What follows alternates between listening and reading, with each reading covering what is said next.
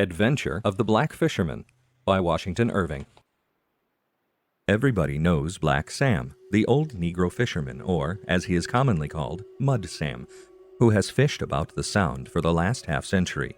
It is now many years since Sam, who was then as active a young Negro as any in the province, and worked on the farm of Killian Soydam on Long Island, having finished his day's work at an early hour, was fishing one summer evening just about the neighborhood of Hell Gate.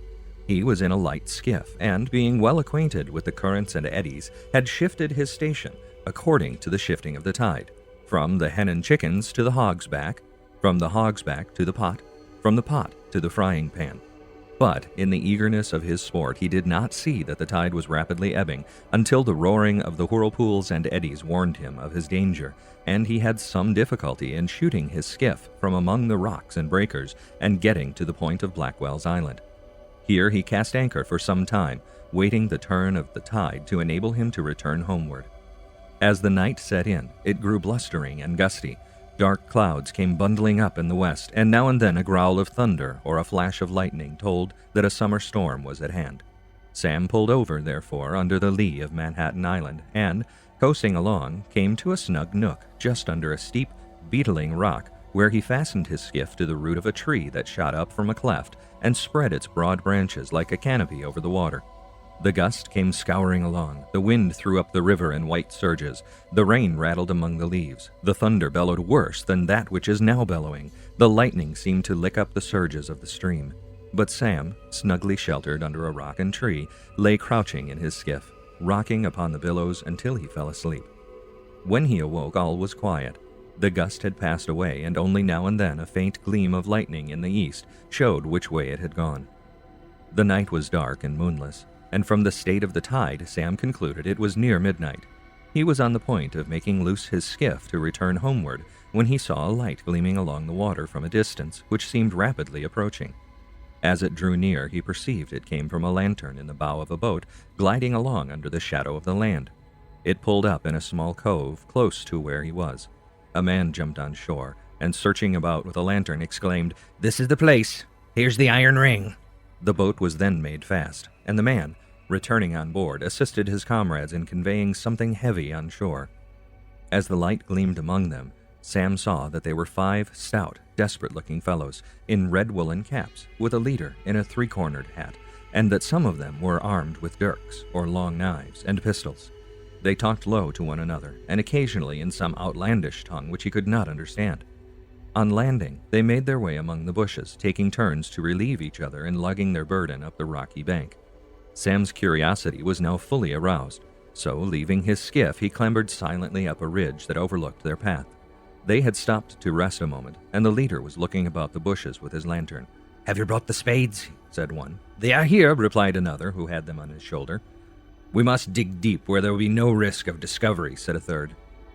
A cold chill ran through Sam's veins. He fancied he saw before him a gang of murderers about to bury their victim. His knees smote together.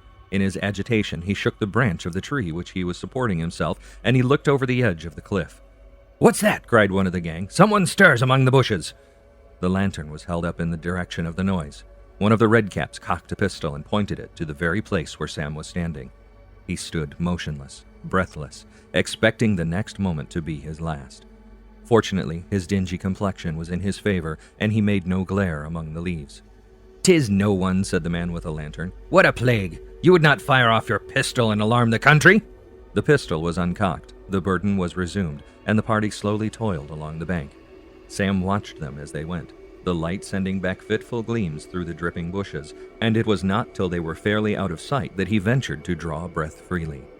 He now thought of getting back in his boat and making his escape out of the reach of such dangerous neighbors, but curiosity was all-powerful.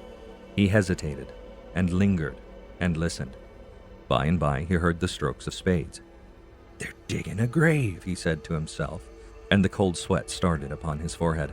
Every stroke of a spade, as it sounded through the silent groves, went to his heart. It was evident that there was as little noise made as possible. Everything had an air of terrible mystery and secrecy. Sam had a great relish for the horrible. A tale of murder was a treat for him, and he was a constant attendant at executions. He could not resist an impulse, in spite of every danger, to steal nearer to the scene of mystery and overlook the midnight fellows at their work. He crawled along cautiously, therefore, inch by inch, stepping with the utmost care among the dry leaves, lest their rustling should betray him. He came at length to where a steep rock intervened between him and the gang, for he saw the light of their lantern shining up against the branches of the trees on the side. Sam slowly and silently clambered up the surface of the rock, and, raising his head above its naked edge, beheld the villains immediately below him, and so near that though he dreaded discovery, he dared not withdraw, lest the least movement should be heard.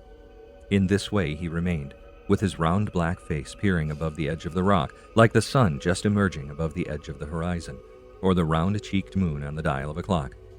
The Redcaps had nearly finished their work.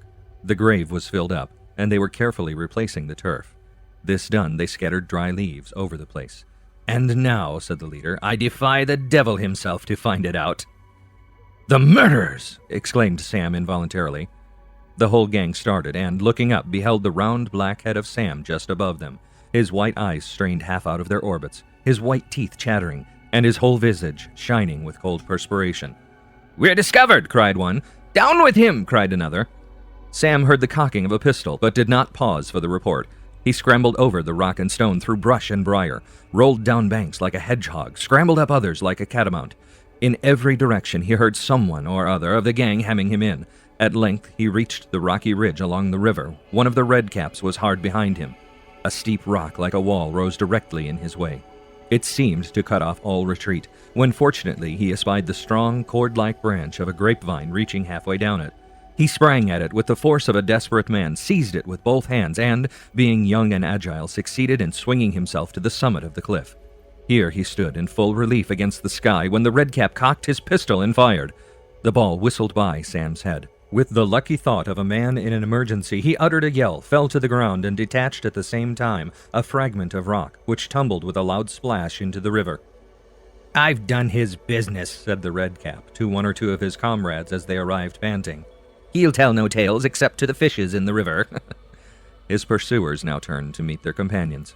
Sam, silently sliding down the surface of the rock, let himself quietly into a skiff, cast loose the fastening, and abandoned himself to the rapid current, which in that place runs like a mill stream, and soon swept him off from the neighborhood. It was not, however, until he had drifted a great distance that he ventured to ply his oars, when he made his skiff dart like an arrow through the Strait of Hell Gate, never heeding the danger of pot, frying pan, nor hog's back itself, nor did he feel himself thoroughly secure until safely nestled in bed in the cockloft of the ancient farmhouse of the Soidams. Here the worthy Peechy Prauw paused to take breath, and to take a sip of the gossip tankard that stood at his elbow. His auditors remained with open mouths and outstretched necks, gaping like a nest of swallows for an additional mouthful. "And is that all?" exclaimed the half-pay officer. "That's all that belongs to the story," said Peechy Prauw. "And did Sam ever find out what was buried by the Redcaps?" said Wolfert eagerly, whose mind was haunted by nothing but ingots and doubloons. "Not that I know of," said Peechy. "He had no time to spare from his work, and, to tell the truth, he did not like to run the risk of another race among the rocks. Besides, how should he recollect the spot where the grave had been digged? Everything would look so different by daylight, and then, where was the use in looking for a dead body when there's no chance of hanging the murderers?" "Aye, but are you sure it was a dead body they buried?" said Wolfert. "To be sure," cried Peechy Prauw exultingly. "Does it not haunt him in the neighborhood to this very day?" "Haunts!" exclaimed several of the party, opening their eyes still wider and edging their chairs still closer. "Aye, haunts," repeated Peechy. "Have none of you heard of Father Redcap, who haunts the old burned farmhouse in the woods on the border of the Sound near Hell Gate?" "Oh, to be sure, I've heard tell of something of the kind, but then I took it for some old wives' fable." "Old wives' fable or not," said Peechy Prauw, "that farmhouse stands by the very spot. It's been unoccupied time out of mind, and stands in a lonely part of the coast. But those who fish in the neighborhood have often heard strange noises there, and lights have been seen about the wood at night, and an old fellow in a red cap has been seen at the windows more than once, which people take to be the ghost of the body buried there.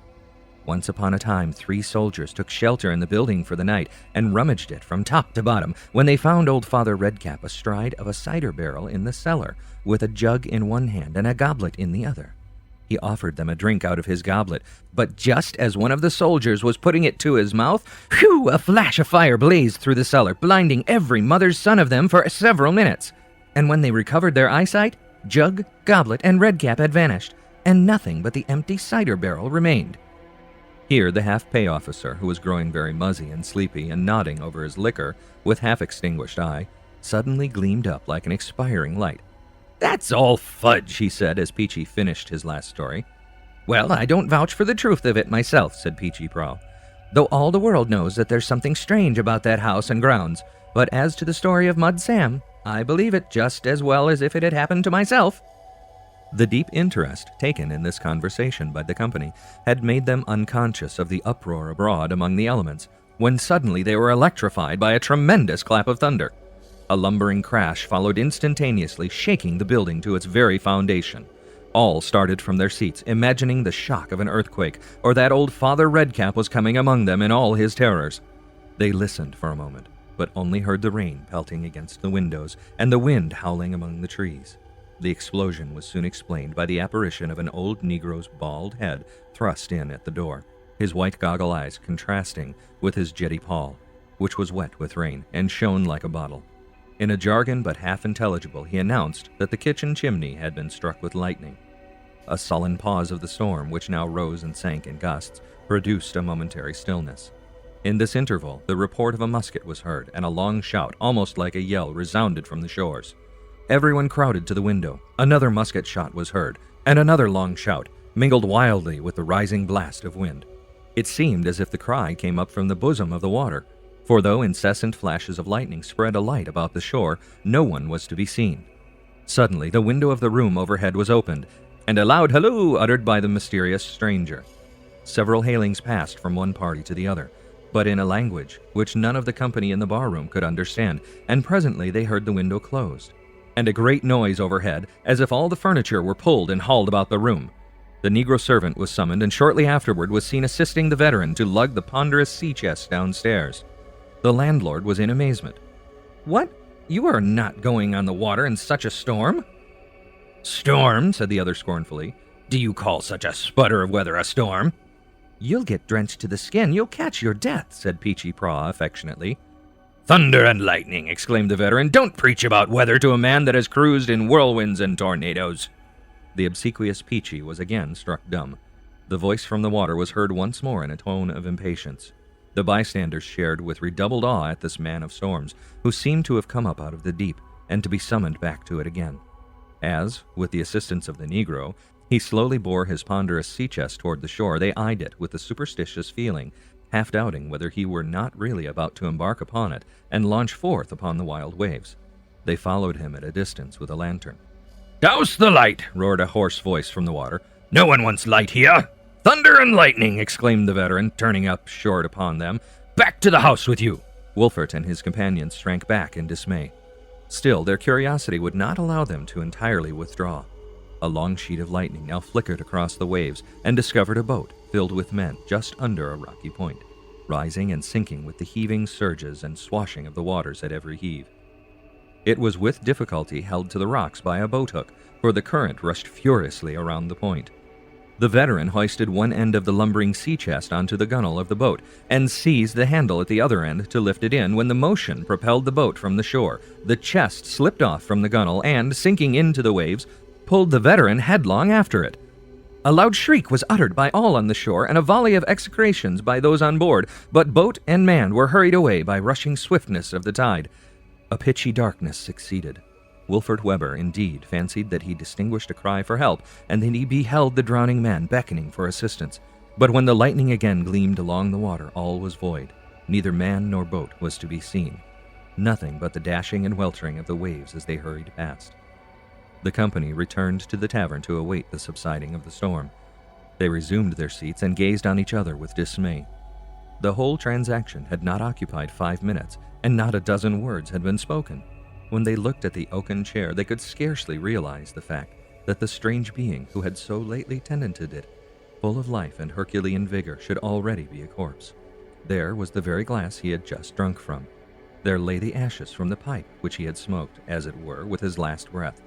As the worthy burghers pondered on these things, they felt a terrible conviction of uncertainty of existence, and each felt as if the ground on which he stood was rendered less stable by his awful example.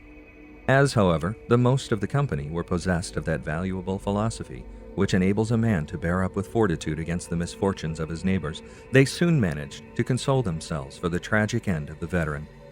The landlord was particularly happy that the poor dear man had paid his reckoning before he went, and he made a kind of farewell speech on the occasion. "He came," said he, "in a storm, and he went in a storm. He came in the night, and he went in the night. He came nobody knows whence, and he's gone nobody knows whence.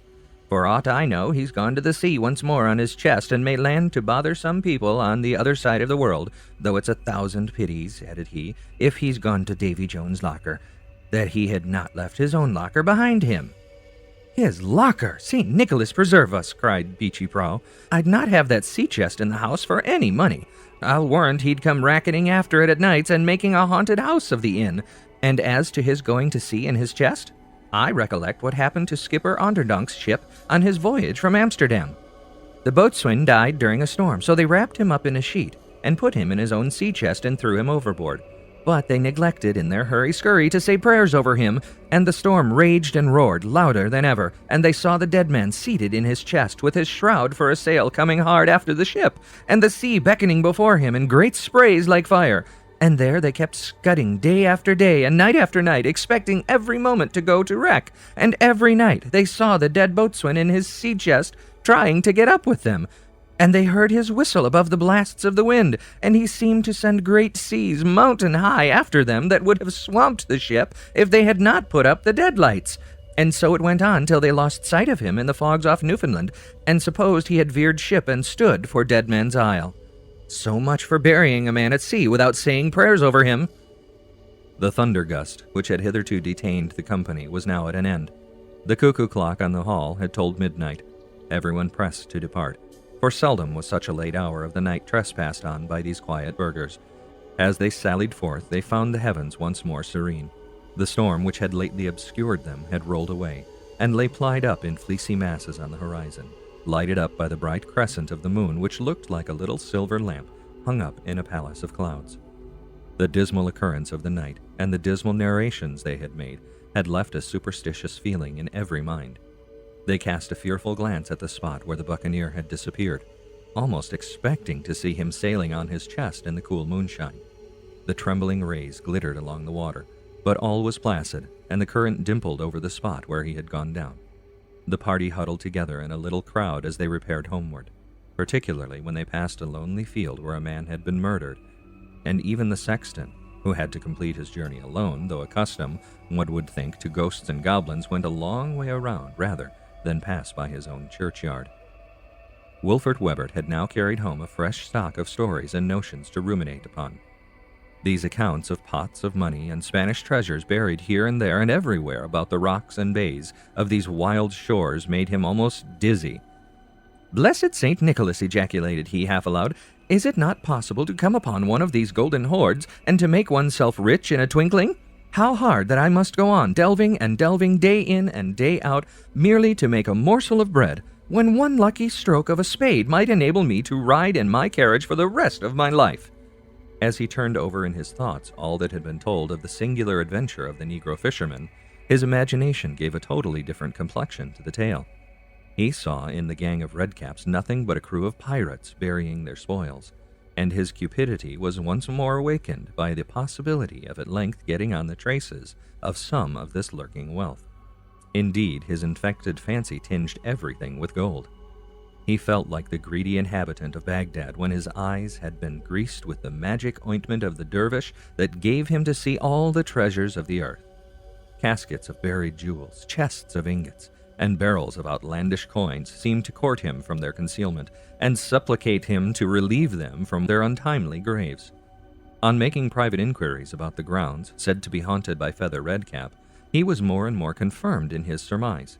He learned that the place had several times been visited by experienced money diggers who had heard Black Sam's story, though none of them had met with success. On the contrary, they had always been dogged with ill luck of some kind or other in consequence, as Wolfert concluded, of not going to work at the proper time with the proper ceremonials. The last attempt had been made by Cobus Quackenbos, who dug for a whole night and met with incredible difficulty, for as fast as he threw one shovelful of earth out of the hole, two were thrown in by invisible hands. He succeeded so far, however, as to uncover an iron chest, when there was a terrible roaring, ramping, and raging of uncouth figures about the hole, and at length a shower of blows dealt by invisible cudgels fairly belabored him off of the forbidden ground. This Cobus Quackenbos had declared on his deathbed, so that there could not be any doubt of it. He was a man that had devoted many years of his life to money digging, and it was thought would have ultimately succeeded had he not died recently of brain fever in the almshouse. Wolfert Weber was now in a worry, trepidation, and impatience, fearful lest some rival adventurer should get a scent of the buried gold. He determined privately to seek out the black fisherman, and to get him to serve as a guide to the place where he had witnessed the mysterious scene of internment. Sam was easily found, for he was one of those old habitual beings that lived about the neighborhood until they wear themselves a place in the public mind, and become, in a manner, public characters. There was not an unlucky urchin about town that did not know Sam the fisherman and think that he had a right to play his tricks upon the old Negro. Sam had led an amphibious life for more than half a century, about the shores of the bay and the fishing grounds of the Sound. He passed the greater part of his time on and in the water, particularly about Hell Gate, and might have been taken in bad weather for one of the hobgoblins that used to haunt that strait. There would he be seen, at all times and in all weathers, sometimes in his skiff anchored among the eddies, or prowling like a shark about some wreck where fish are supposed to be most abundant, sometimes seated on a rock from hour to hour, looking, in the mist and drizzle, like a solitary heron watching for its prey. He was well acquainted with every hole and corner of the Sound, from the Wallabout to Hellgate, and from Hellgate unto the Devil's Stepping Stones, and it was even affirmed that he knew all the fish in the river by their Christian names. Wolfert found him at his cabin, which was not much larger than a tolerable doghouse. It was rudely constructed of fragments of wrecks and drift, built on the rocky shore at the foot of the old fort, just about what at present forms the point of the battery. A very ancient and fish-like smell pervaded the place. Oars, paddles, and fishing rods were leaning against the wall of the fort. A net was spread on the sand to dry. A skiff was drawn up on the beach, and at the door of his cabin was Mud Sam himself, indulging in a true Negro luxury of sleeping in the sunshine. Many years had passed away since the time of Sam's youthful adventure, and the snows of many a winter had grizzled the knotty wool upon his head. He perfectly recollected the circumstances, however, for he had often been called upon to relate them, though in his version of the story he differed in many points from Peechy Prauw, as is not infrequent the case with authentic historians. As to the subsequent researches of money diggers, Sam knew nothing about them. They were matters quite out of his line. Neither did the cautious Wolfert care to disturb his thoughts on that point. His only wish was to secure the old fisherman as a pilot to the spot, and this was readily effected. The long time that had intervened since his nocturnal adventure had effaced all Sam's awe of the place, and the promise of a trifling reward roused him at once from his sleep and his sunshine. The tide was adverse to making the expedition by water, and Wolfert was too impatient to get to the land of promise to wait for its turning. They set off, therefore, by land. A walk of 4 or 5 miles brought them to the edge of the wood, which at that time covered the greater part of the eastern side of the island. It was just beyond the pleasant region of Bloomendale. Here they struck into a long lane struggling among the trees and bushes, very much overgrown with weeds and mullein stalks, as if but seldom used, and so completely overshadowed as to enjoy but a kind of twilight. Wild vines entangled the trees and flaunted in their faces.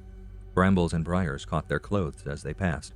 The garter snake glided across their path. The spotted toad hopped and waddled before them, and the restless catbird mewed at them from every thicket.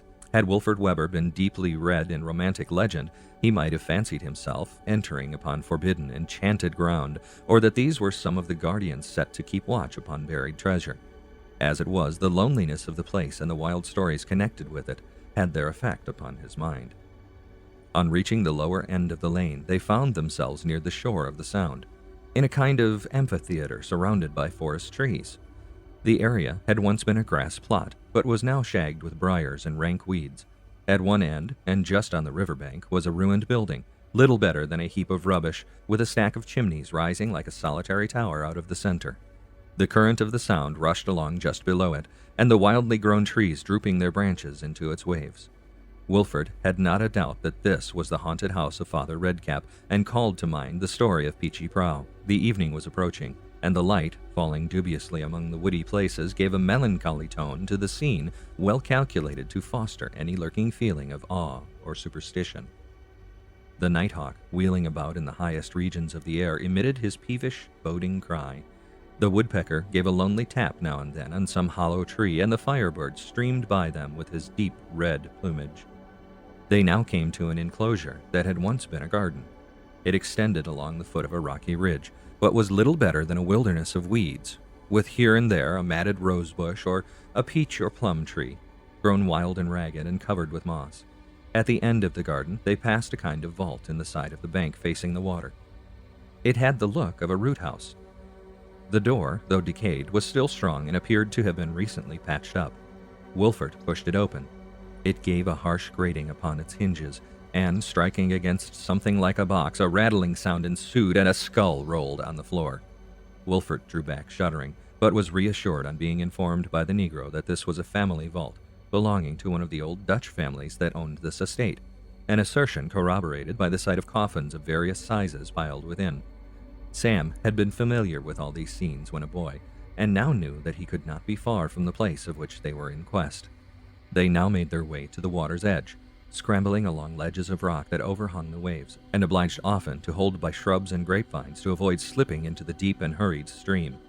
At length they came to a small cove, or rather an indent of the shore. It was protected by steep rocks and overshadowed by a thick copse of oaks and chestnuts, so as to be sheltered and almost concealed.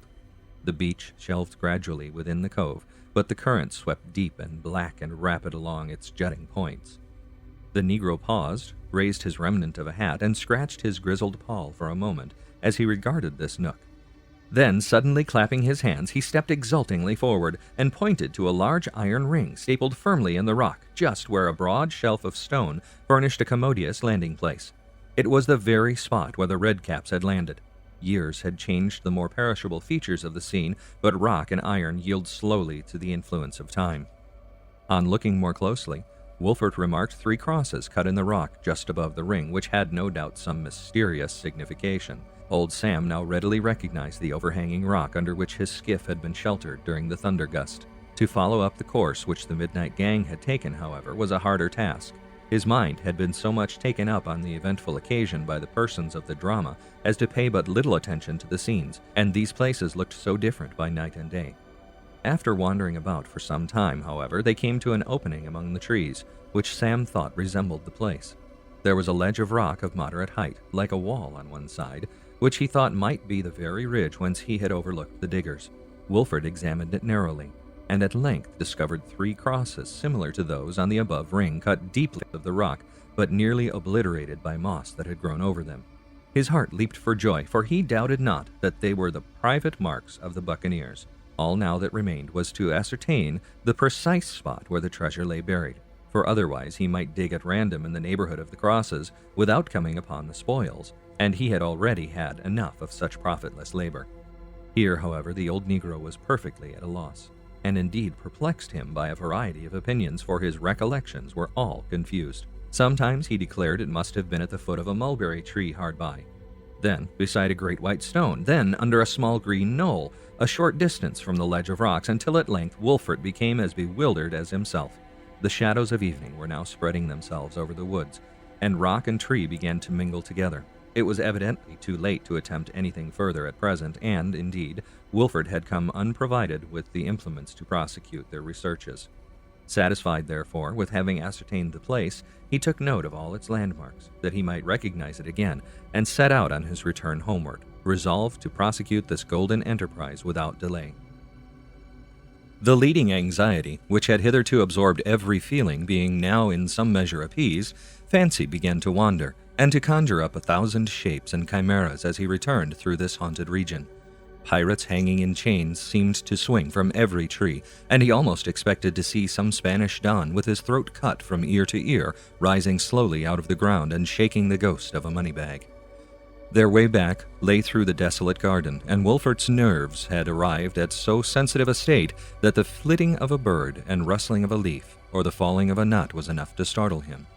As they entered the confines of the garden, they caught sight of a figure at a distance advancing slowly up one of the walks and bending under the weight of a burden.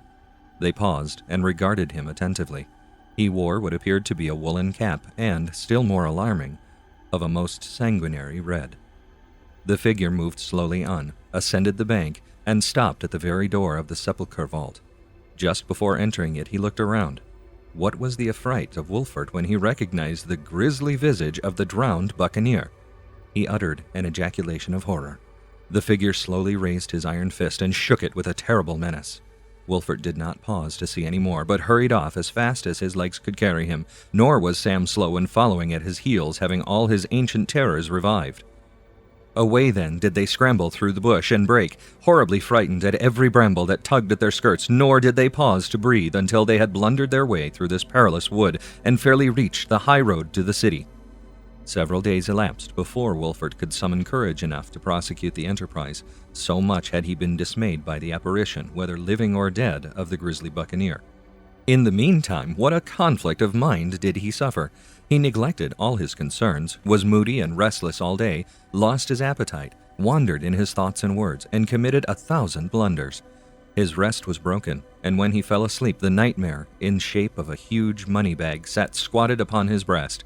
He babbled about incalculable sums, fancied himself engaged in money digging through the bedclothes right and left, in the idea that he was shoveling away the dirt, groped under the bed in quest of the treasure, and lugged forth, as he supposed, an inestimable pot of gold. Dame Weber and her daughter were in despair at what they conceived a returning touch of insanity. There are 2 family oracles, one or other of which Dutch housewives consult in all cases of great doubt and perplexity, the dominie and the doctor. In the present instance, they repaired to the doctor. There was at that time a little dark, moldy man of medicine, famous among the old wives of the Manhattoes for his skill, not only in the healing art, but in all matters of strange and mysterious nature. His name was Dr. Nipperhausen, but he was more commonly known by the appellation of the High German Doctor. To him did the poor women repair for counsel and assistance touching the mental vagaries of Wolfert Weber. They found the doctor seated in his little study, clad in his dark camelet robe of knowledge, with his black velvet cap, after the manner of Boerhaave, Van Helmont, and other medical sages, a pair of green spectacles set in black horn upon his clubbed nose, and poring over a German folio that reflected back the darkness of his physiognomy. The doctor listened to their statement of symptoms of Wolfert's malady with profound attention. But when he came to mention his raving about buried money, the little man pricked up his ears. Alas, poor women, they little knew the aid they had called in. Dr. Nipperhausen had been half of his life engaged in seeking the shortcuts to fortune, in quest of which so many a long lifetime is wasted. He had passed some years of his youth among the Harz Mountains of Germany, and had derived much valuable instruction from the miners touching the mode of seeking treasure buried in the earth. He had prosecuted his studies also under a traveling sage who united the mysteries of medicine with magic and legerdemain. His mind, therefore, had become stored with all kinds of mystic lore. He had dabbled a little in astrology, alchemy, divination, knew how to detect stolen money, and to tell where springs of water lay hidden. In a word, by the dark nature of his knowledge, he had acquired the name of the High German Doctor, which is pretty nearly equivalent to that of necromancer. The doctor had often heard rumors of treasure being buried in various parts of the island, and had long been anxious to get on the traces of it. No sooner were Wolfert's waking and sleeping vagaries confided to him than he beheld in them the confirmed symptoms of a case of money-digging, and lost no time in probing it to the bottom. Wolfert had long been sorely oppressed in mind by the golden secret, and as a family physician, as a kind of father-confessor, he was glad of any opportunity of unburdening himself. So far from the curing, the doctor caught the malady from his patient. The circumstances unfolded to him awakened all his cupidity. He had not a doubt of money being buried somewhere in the neighborhood of the mysterious crosses, and offered to join Wolfert in the search. He informed him that much secrecy and caution must be observed in enterprises of this kind, that money is only to be dug for at night, with certain forms and ceremonies and burning of drugs, the repeating of mystic words, and, above all, that the seekers must first be provided with the divining rod, which had the wonderful property of pointing to the very spot on the surface of the earth under which treasure lay hidden. As the doctor had given much of his mind to these matters, he charged himself with all the necessary preparations, and, as the quarter of the moon was propitious, he undertook to have the divining rod ready by a certain night. Wolfert's heart leaped with joy at having met so learned and able a coadjutor. Everything went on secretly, but swimmingly. The doctor had many consultations with his patient, and the good women of the household lauded the comforting effect of his visits. In the meantime, the wonderful divining rod, that great key to nature's secrets, was duly prepared. The doctor had thumbed over all his books of knowledge for the occasion, and the black fisherman was engaged to take him in his skiff to the scene of enterprise, to work with a spade and pickaxe in unearthing the treasure, and to freight his bark with the weighty spoils they were certain of finding. At length the appointed night arrived for this perilous undertaking. Before Wolfert left his home, he counseled his wife and daughter to go to bed and feel no alarm if he should not return during the night. Like reasonable women, on being told not to feel any alarm, they fell immediately into a panic. They saw at once by his manner that something unusual was in agitation. All their fears about the unsettled state of his mind were revived with tenfold force. They hung about him, entreating him not to expose himself to the night air, but all in vain. When once Wolfert was mounted on his hobby, it was no easy matter to get him out of the saddle. It was a clear, starlit night when he issued out of the portal of the Weber Palace. He wore a large flapped hat, tied under the chin with a handkerchief of his daughter's, to secure him from the night's damp, while Dame Weber threw her long red cloak about his shoulders and fastened it around his neck. The doctor had been no less carefully armed and encountered by his housekeeper, the vigilant Frau Ilse, and sallied forth in his camlet robe by way of surcoat, his black velvet cap under his cocked hat, a thick-clasped book under his arm, a basket of drugs and dried herbs in one hand, and in the other the miraculous rod of divination. The great church clock struck 10 as Wolfert and the doctor passed by the churchyard, and the watchman bawled in hoarse voice a long and doleful, "All's well!" A deep sleep had already fallen upon this primitive little burrow. Nothing disturbed this awful silence, excepting now and then the bark of some profligate night-walking dog, or the serenade of some romantic cat. It is true, Wolfert fancied more than once that he heard the sound of a stealthy footfall at the distance behind them, but it might have been merely the echo of their own footsteps along the quiet streets. He thought also at one time that he saw a tall figure skulking after them, stopping when they stopped, and moving on as they proceeded. But the dim and uncertain lamplight threw such vague gleams and shadows that this might all have been mere fancy. They found the old fisherman waiting for them, smoking his pipe in the stern of the skiff, which was moored just in front of his little cabin.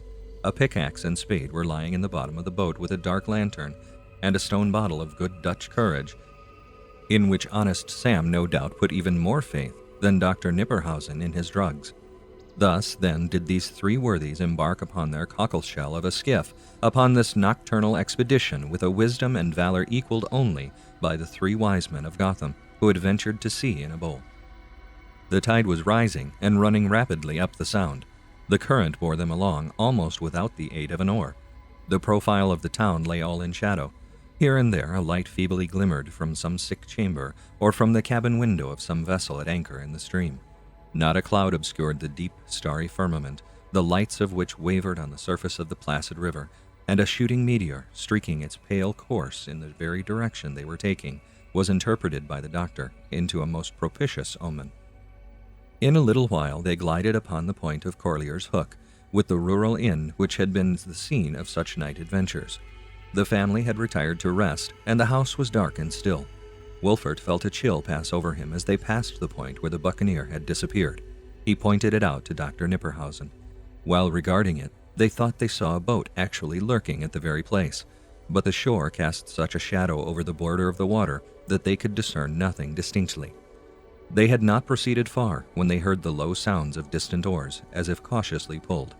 Sam plied his oars with redoubled vigor, and knowing all the eddies and currents of the stream, soon left their followers, if such they were, far astern. In a little while, they stretched across Turtle Bay and Kip's Bay, then shrouded themselves in the deep shadow of the Manhattan shore and glided swiftly along, secure from observation. At length, the Negro shot his skiff into a little cove, darkly embowered by trees, and made it fast to the well-known iron ring. They now landed, and, lighting the lantern, gathered their various implements, and proceeded slowly through the bushes. Every sound startled them. even that of their own footsteps among the dry leaves. The hooting of a screech owl from the shattered chimney of the neighboring ruin made their blood run cold. In spite of all Wolfert's caution in taking note of the landmarks, it was some time before they could find the open place among the trees where the treasure was supposed to be buried. At length, they came to the ledge of rock, and on examining its surface by the aid of lantern, Wolfert recognized the 3 mystic crosses. Their hearts beat quick, for the momentous trail was at hand that was to determine their hopes. The lantern was now held by Wolfert Weber, while the doctor produced the divining rod. It was a forked twig, one end of which was grasped firmly in each hand, while the center, forming the stem, pointed perpendicularly upward. The doctor moved his wand about, within a certain distance of the earth from place to place, but for some time without any effect, while Wolfert kept the light of the lantern turned full upon it, and watched it with the most breathless interest. At length, the rod began slowly to turn. The doctor grasped it with greater earnestness, his hands trembling with the agitation of his mind. The wand continued to turn gradually, until at length the stem had reversed its position and pointed perpendicularly downward, and remained pointing to one spot as fixedly as the needle to its pole. "This is the spot," said the doctor, in an almost inaudible tone. Wolfert's heart was in his throat. "Shall I dig?" said the Negro, grasping the spade. "Pots don't send no," replied the little doctor hastily. He now ordered his companions to keep close by him and to maintain the most inflexible silence, that certain precautions must be taken and ceremonies used to prevent the evil spirits which kept about buried treasure from doing them any harm. He then drew a circle about the place, enough to include the whole party. He next gathered dry twigs and leaves and made a fire, upon which he threw certain drugs and dried herbs which he had brought in his basket. A thick smoke rose, diffusing a potent odor savoring marvelously of brimstone and asafoetida, which, however grateful it might be to the olfactory nerves of spirits, nearly strangled poor Wolfert, and produced a fit of coughing and wheezing that made the whole grove resound. Dr. Nipperhausen then unclasped the volume which he had brought under his arm, which was printed in red and black characters in German text. While Wolfert held the lantern, the doctor, by the aid of his spectacles, read off several forms of conjuration in Latin and German. He then ordered Sam to seize the pickaxe and proceed to work. The close-bound soil gave obstinate signs of not having been disturbed for many a year. After having picked his way through the surface, Sam came to a bed of sand and gravel, which he threw briskly to right and left with the spade. "Hark!" said Wolfert, who fancied he heard a trampling among the dry leaves and a rustling through the bushes. Sam paused for a moment, and they listened. No footstep was near. The bat flitted by them in silence. A bird, roused from its roost by the light which glared up among the trees, flew circling about the flame. In the profound stillness of the woodland, they could distinguish the current rippling among the rocky shore and the distant murmuring and roaring of Hell Gate. The Negro continued his labors and had already digged a considerable hole.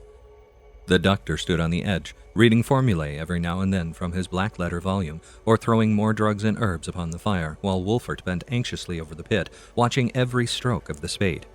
Anyone witnessing the scene, thus lighted up by fire, lantern, and the reflection of Wolfert's red mantle, might have mistaken the little doctor for some foul magician, busied in his incantations, and the grizzled-head Negro for some swart goblin obedient to his command. At length, the spade of the fisherman struck upon something that sounded hollow. The sound vibrated to Wolfert's heart. He struck his spade again. "'Tis a chest," said Sam. "Full of gold, I'll warrant it," cried Wolfert, clasping his hands with rapture.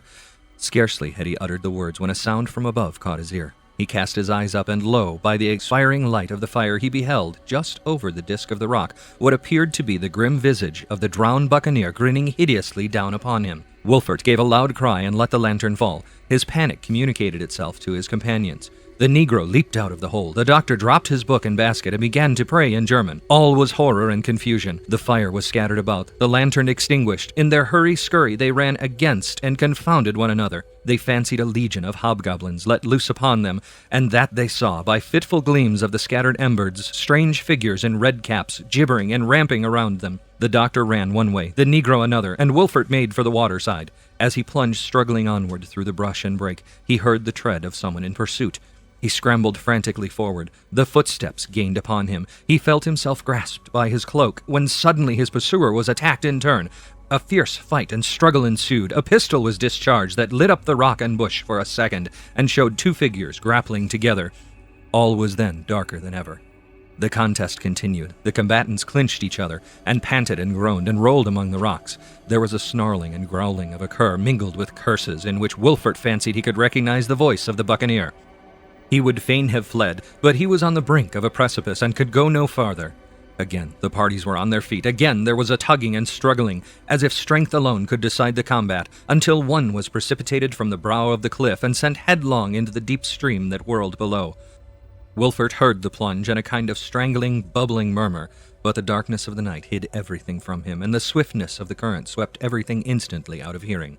One of the combatants was disposed of, but whether friend or foe Wolfert could not tell, nor whether they might not both be foes. He heard the survivor approach, and his terror revived. He saw, where the profile of the rocks rose against the horizon, a human form advancing. He could not be mistaken. It must be the buccaneer. Whither should he fly? A precipice was on one side, a murderer on the other. The enemy approached. He was close at hand. Wolfert attempted to let himself down the face of the cliff, his cloak caught on a thorn that grew on the edge. He was jerked from off his feet and held dangling in the air, half choked by the string with which his careful wife had fastened the garment around his neck. Wolfert thought his last moment was arrived. Already he had committed his soul to St. Nicholas when the string broke, and he tumbled down the banks, bumping from rock to rock and bush to bush, and leaving the red cloak fluttering like a bloody banner in the air. It was a long while before Wolfert came to himself. When he opened his eyes, the ruddy streaks of morning were already shooting up the sky.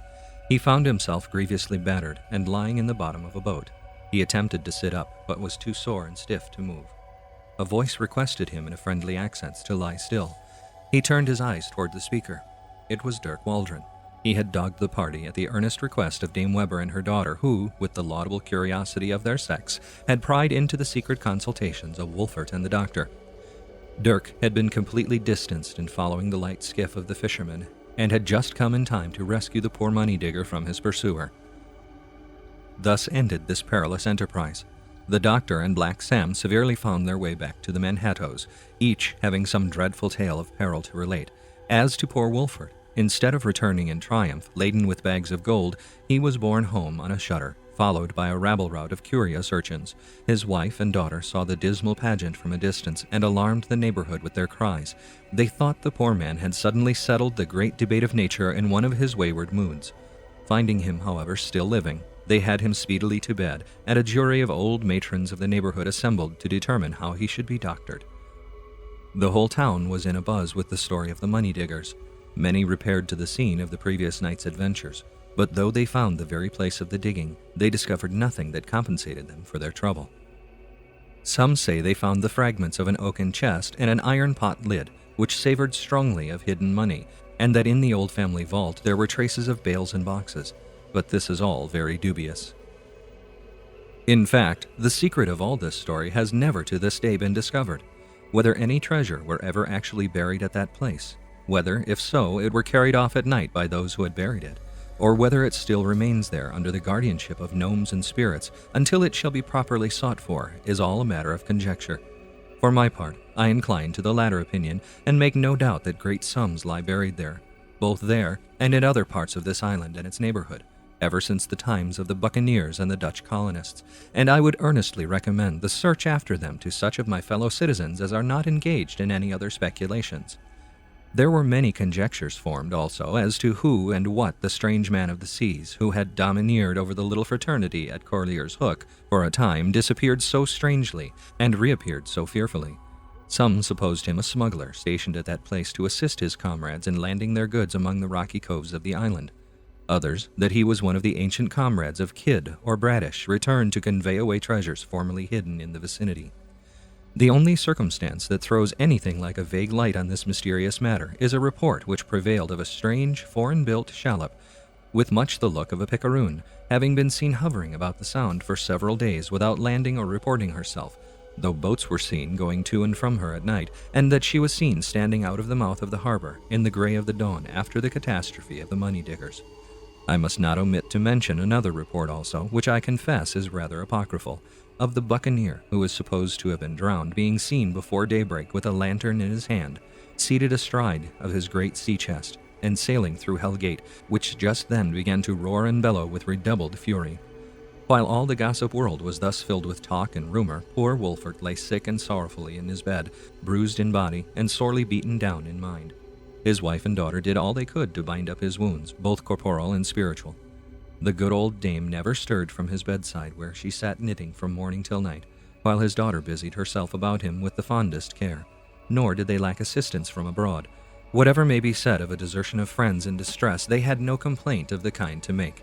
Not an old wife in the neighborhood but abandoned her work to crowd the mansion of Wolfert Weber to inquire after his health and the particulars of his story. Not one came, moreover, without her little pipkin of pennyroyal, sage, balm, or other herb tea, delighted at an opportunity of signalizing her kindness and her doctorship. What drenchings did not the poor Wolfert undergo, and all in vain! It was a moving sight to behold him wasting away day by day, growing thinner and thinner and ghastlier, and staring with rueful visage from under an old patchwork counterpane upon the jury of matrons kindly assembled to sigh and groan and look unhappy around him. Dirk Waldron was the only being that seemed to shed a ray of sunshine into the house of mourning. He came in with cheery look and manly spirit and tried to reanimate the expiring heart of the poor money-digger, but it was all in vain. Wolfert was completely done over. If anything was wanting to complete his despair, it was a notice, served upon him in the midst of his distress, that the corporation was about to run a new street through the very center of his cabbage garden. He now saw nothing before him but poverty and ruin. His last reliance, the garden of his forefathers, was to be laid waste. And what then was to become of his poor wife and child? His eyes filled with tears as they followed the dutiful Amy out of the room one morning. Dirk Waldron was seated beside him. Wolfert grasped his hand, pointed after his daughter, and for the first time since his illness broke the silence he had maintained. "I am going," said he, shaking his head feebly, "and when I am gone, my poor daughter—" "Leave her to me, father," said Dirk manfully. "I'll take care of her." Wolfert looked up in the face of the cheery, strapping youngster, and saw there was none better able to take care of a woman. "Enough," he said. "She is yours. And now fetch me a lawyer. Let me make my will and die." A lawyer was brought. A dapper, bustling, round-headed little man, Rohrbach, or Rollebach, as it was pronounced, by name. At the sight of him, the women broke into loud lamentations, for they looked upon the signing of a will as the signing of a death warrant. Wolfert made a feeble motion for them to be silent. Poor Amy buried her face in grief in the bed curtain. Dame Weber resumed her knitting to hide her distress, which betrayed itself, however, in a pellucid tear, which trickled silently down and hung at the end of her peaked nose, while the cat, the only unconcerned member of the family, played with the good dame's ball of worsted as it rolled about the floor. Wolfert lay on his back, his nightcap drawn over his forehead, his eyes closed, his whole visage the picture of death. He begged the lawyer to be brief, for he felt his end approaching, and that he had no time to lose. The lawyer nibbed his pen, spread out his paper, and prepared to write. "I give and bequeath," said Wolfert faintly, "my small farm." "What? All?" exclaimed the lawyer. Wolfert half opened his eyes and looked upon the lawyer. "Yes, all," he said. "What? All that great patch of land with cabbages and sunflowers which the corporation is going to run a main street through?" "The same," said Wolfert with a heavy sigh, sinking back upon his pillow. "I wish him joy that inherits it," said the little lawyer, chuckling and rubbing his hands involuntarily. "What do you mean?" said Wolfert, again opening his eyes. "That he'll be one of the richest men in the place," cried little Rollebach. The expiring Wolfert seemed to step back from the threshold of existence. His eyes again lighted up. He raised himself in his bed, shoved his red worsted nightcap, and stared broadly at the lawyer. "You don't say!" exclaimed he. "Faith, but I do," rejoined the other. "Why, when that great field and that huge meadow came to be laid out in the streets and cut up into snug building lots, why, whoever owns it need not pull off his hat to the patroon." "Say you so?" cried Wolfert, half thrusting one leg out of bed. "Why, then I think I'll not make my will yet." To the surprise of everyone, the dying man actually recovered. The vital spark, which had glimmered faintly in the socket, received fresh fuel from the oil of gladness, which the little lawyer poured into his soul. It was once more burned up into a flame. Give physic to the heart, ye who would revive the body of a spirit-broken man. In a few days, Wolfert left his room. In a few days more, his table was covered with deeds, plans of streets and building lots. Little Rollebach was constantly with him, his right-hand man and adviser, and instead of making his will, assisted him in the more agreeable task of making his fortune. In fact, Wolfert Weber was one of those worthy Dutch burghers of the Manhattoes whose fortunes have been made, in a manner, in spite of themselves. who have tenaciously held on to their hereditary acres, raising turnips and cabbage about the skirts of the city, hardly able to make both ends meet, until the corporation has cruelly driven streets through their abodes, and they have suddenly awakened out of their lethargy and, to the astonishment, found themselves rich men. Before many months had elapsed, a great bustling street passed through the very center of the Weber garden, just where Wolfert had dreamed of finding a treasure. His golden dream was accomplished. He did, indeed, find an unlooked-for source of wealth, for when his paternal lands were distributed into building lots and rented out to safe tenants, instead of producing a paltry crop of cabbages, they returned him an abundant crop of rent, insomuch that on quarter day it was goodly sight to see his tenants knocking at the door from morning till night, each with a little round-bellied bag of money, a golden produce of the soil.